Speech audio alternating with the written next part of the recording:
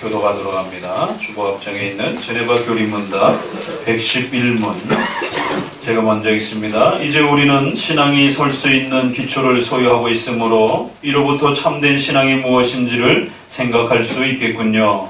그렇습니다. 참된 신앙은 성부 하나님이 예수 그리스도를 인하여 그의 아버지와 되시고 부모자 되심을 그분의 복음으로 신이 가르쳐 주신 대로 우리를 향하신 하나님의 사랑에 대해서 성령의 은혜를 통해 분명하고 확고하게 아는 것입니다.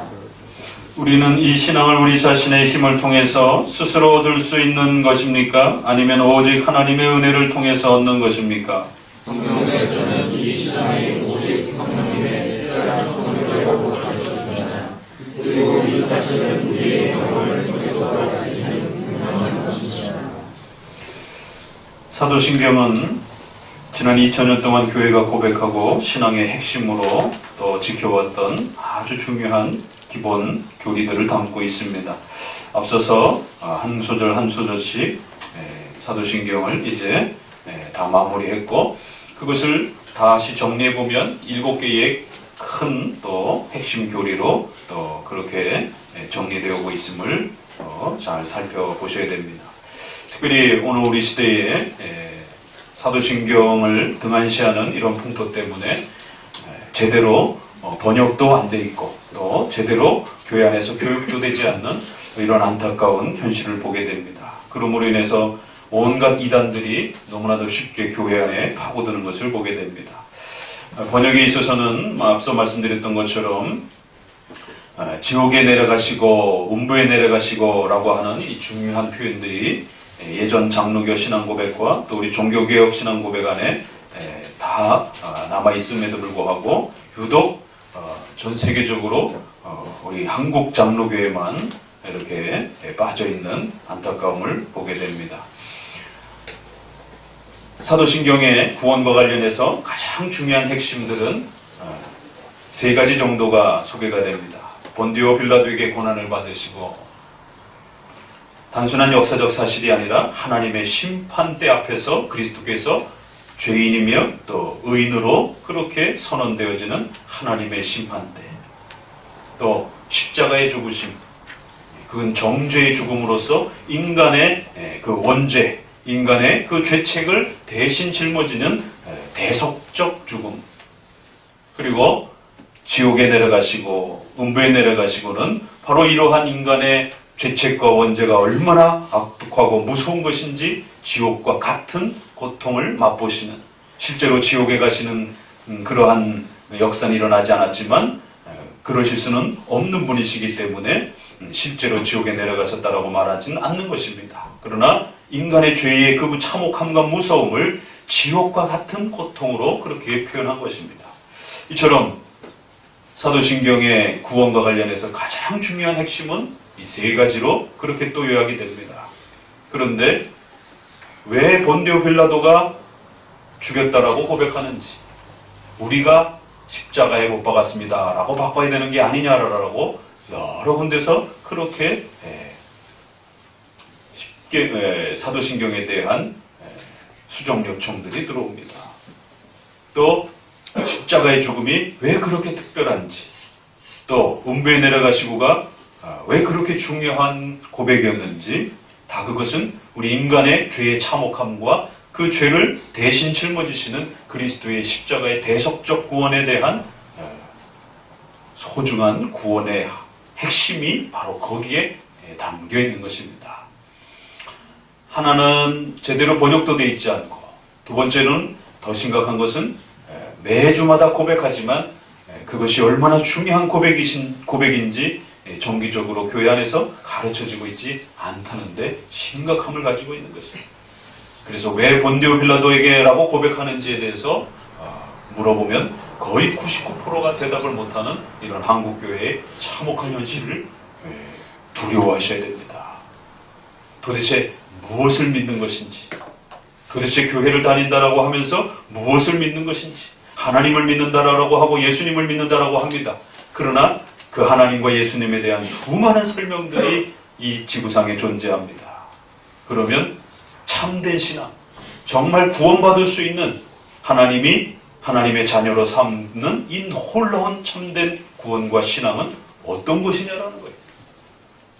그래서 사도신경을 끝내고 나서 이제 다시 한번 전체의 사도신경을 요약하면서 이 사도신경이 왜 그토록 중요했고 1500년이라고 하는 종교개혁 시대에 칼빈을 통해서 또 앞서서는 루터의 대교리 소요리 문답을 통해서 왜 우리 선조들이 목숨을 걸고 이 사도신경을 가르치려고 애를 썼는지, 중세 1000년의 잠을 깨우기 위하여 도대체 어떻게 해야 되는 것인지, 첫 번째 성경을 번역해줬고, 두 번째 그 성경이 너무 방대하기 때문에 그걸 요약한 성경의 핵심 교리들, 그래서 대요리, 소요리 이렇게 표현하는 것이에요. 성경과 교리문답, 신조만 있으면 얼마든지 기독교가, 교회가 개혁될 수 있다라고, 새로운 신앙으로 돌아올 수 있다라고 그렇게 깨달았던 것이에요.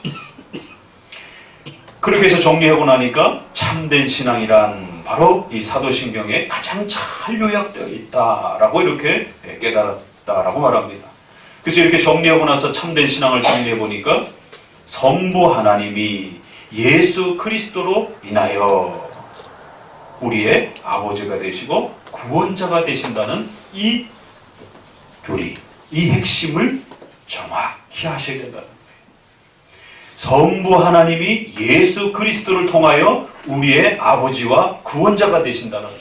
그런데 이 사실을 성령 하나님의 은혜를 통해서 깨우쳐 주신다는 거예요. 적어도 참된 신앙, 가짜 신앙들이 무수하다는 것이에요. 로마 카톨릭에서는 수많은 그러한 종교적 물건들을 만진다든가 신비 체험을 한다든가 귀신을 내어 쫓는다든가 온갖 중세시대 동안에 부패한 교회에 이러한 거짓된 신앙이 난무했을 때 이제 종교개혁을 통해서 진짜 신앙이 무엇이냐, 그런 거짓된 신앙 말고 진짜 신앙이란 성부, 성자, 성령 하나님을 바르게 알아야 된다는 거예요. 그런데 삼위일체 되신 그 하나님은 우리의 아버지가 되시고 우리의 구원자가 되신다는 사실, 이 두 사실을 성경을 통해서 정확하게 깨달아야 된다는 겁니다. 그러면 삼위일체 되신 하나님, 또 그 하나님이 아버지와 구원자가 된다는 사실을 어떻게 깨닫습니까? 신비 체험을 통해서? 아니면 신부나 사제들이 요구하는 그러한 고행을 행하면? 아닙니다. 그분의 복음으로 친히 가르쳐 주신 대로 이 삼위일체 되신 하나님과 그 삼위일체 하나님께서 우리에게 아버지가 되시고 구원의 역사를 베푸신 이 사실은 환상이나 꿈을 통해서 배우는 게 아닙니다. 오직 복음, 성경을 통해서 성경에서 가르쳐준 그대로 바로 그 우리를 향한 하나님의 사랑을 배워가는 것입니다. 이 짧은 한 문장 안에 참된 신앙의 정의가 종교개혁가들이 종교개혁 시대에 회복시켜 주었던 진짜 신앙이라는 게 무엇인지가 아주 이렇게 짧은 한 문장으로 정리가 되어 있습니다. 그리하여 그 성경을 통해서 아브라함이 몇 살에 죽었는지, 몇 살에 태어났는지, 몇 살에 옮겨갔는지 그 수많은 족보들의 이름들을 외우고 이런 게 신앙이 아니라는 것이에요. 물론 우리가 그것도 배워야 합니다. 성경의 배경으로서 배워야 하는 것이에요. 그러나 그 모든 내용, 성경의 가르침들을 통해서 하나님의 사랑이 우리에게 분명하고도 확고하게 이해되어지고 아는 것, 이렇게 마지막 문장을 정의했습니다. 그 수많은 성경의 사건과 내용들 전체는 모세의 무용담, 다윗의 무용담을 가르쳐주는 것이 아니라 그 사건 하나하나들이 하나님의 사랑이 우리 아버지가 되시고 구원자가 되신 그 하나님의 사랑이 얼마나 위대한 것인지를 가르쳐주는 내용들이라는 것이. 그래서 그러한 내용들을 분명하고도 정확하게 어떻게 해요? 아는 것입니다. 그래서 기독교는 공부하는 것으로부터 기독교가 시작하는 것입니다. 기독교를 찬양하는 종교로, 간증하는 종교로, 신비체험을 하는 그러한 종교로 소개하면 큰일 나는 것입니다. 경건한 무지가 있을 수 있다라고 말하는 것입니다. 겉으로는 아주 경건한데 성경에 대해서 몰라요? 사도신경에 대해서 몰라요? 기독교의 기초교리에 대해서 몰라요. 그것은 가짜 신앙이라는 것이에요. 아무리 신비로운 체험을 하고 아무리 신비로운 경험들을 하고 죽었다 깨어나는 그런 경험들을 한다 할지라도 모세와 선지자와 성경을 통해서 하나님의 사랑과 그 아버지 되심과 구원자 되심이 무엇인지를 성경을 통해서 정확하게 아는 것이다라는 것이에요. 그래서 제네바 교리문답은 이 안다라는 단어를 굉장히 강조합니다. 첫 1문부터 지금 100문에 이르는데 기억을 다시 추적해 보시게 되면 하나님을 아는 것입니다. 소요리문답은 하나님을 영화롭게 하는 것입니다. 이렇게 표현했고 하이델베르그 요리문답은 사나 죽으나 우리 인간의 가장 큰 위로가 무엇이냐? 우리가 하나님의 것임을 그렇게 고백하는 것입니다. 조금씩 달라요. 제네바 교리문답에서는 이러한 하나님의 은혜를 정확하게 깨닫고 아는 것입니다. 그러면 도대체 그 안다라는 게 무엇입니까? 라고 또 이렇게 질문을 이어가는 것입니다. 그건 단순히 성경의 그러한 공부 차원의 지식이 아니라 바로 하나님의 말씀을 정확하게 알고 깨닫고 이해해서 그 하나님을 사랑하고 의지하고 신뢰하는 것이다. 이렇게 여러 표현을 써서 그 안다라고 하는 것은 성경의 기본 지식을 기초로 해서 그 성경의 기본 지식들이 우리 마음속에 사랑하고 신뢰되어지고 또 그 말씀을 좋아하며 인격적인 하나님을 사모하고 사랑하는 저인격적인 그러한 신뢰감이다. 이렇게 표현합니다.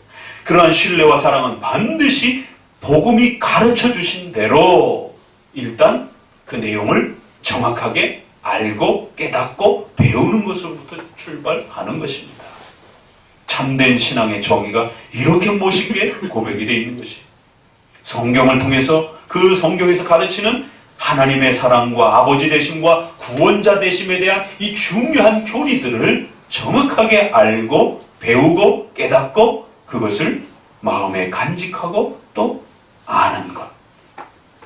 바로 그것을 통해서 성부 하나님이 예수 그리스도를 통하여 우리에게 어떤 구원의 은혜를 베풀어 주셨는지들을 깨닫고 바로 이러한 은혜들이 성령 하나님의 은혜를 통해서 우리 마음속에 그렇게 세워진다는 것.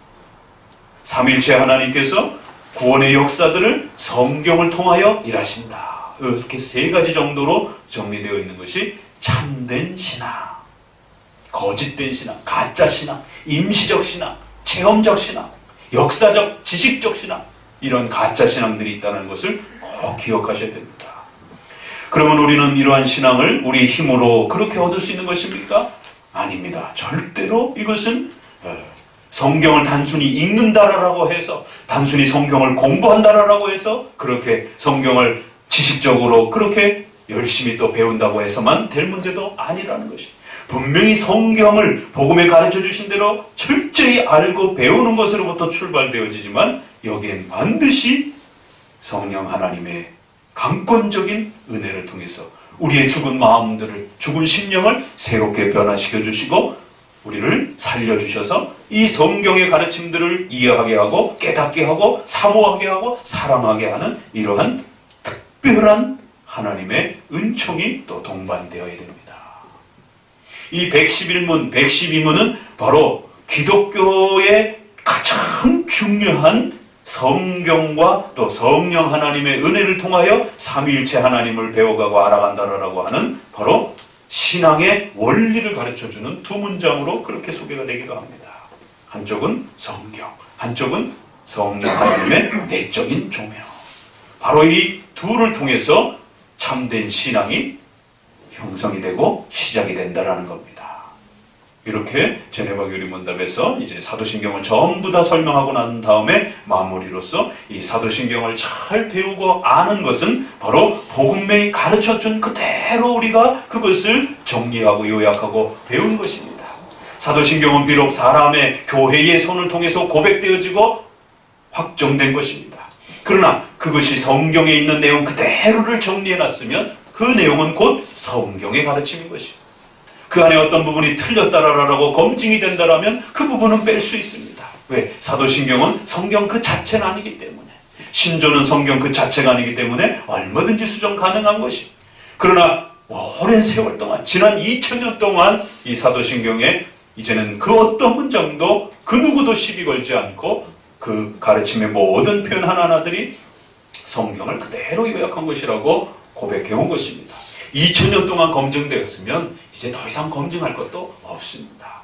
그래서 이처럼 중요한 시기 때마다 교회를 개혁하고 회복하는 데 있어서 가장 중요한 토대와 기초가 되었던 것이 사도신경이었고, 그 사도신경을 통해서 성경을 복음이 가르쳐주는 그대로 깨닫고 이해할 때에 우리 성도들이 새롭게 거듭나고 교회가 개혁되어져가는 어마어마한 은혜가 우리에게 주어졌던 것입니다.